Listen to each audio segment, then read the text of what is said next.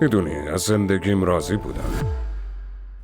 دختری داشتم که با نقص مادرزادی قلب به دنیا آمد. بدنش داشت از بین میرفت چون اکسیژن بهش نمیرسید.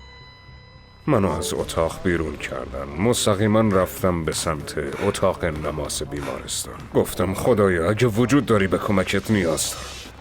اگه دخترمو نجات بدی منم پیرو تو میشم. شروع کردم به بررسی همه چیز. تائوئیسم، بودیسم، هندویسم. برادرم برام ترجمه معانی قرآن رو فرستاد. وقتی اینا رو خوندم همه چیز برام روشن شد. بعد از مسلمان شدنم همسرم بعد از 14 سال زندگی مشترک ازم طلاق گرفت. پدر و مادرم منو رد کردن. از خونمون برو بیرون و دیگه بر نگرد.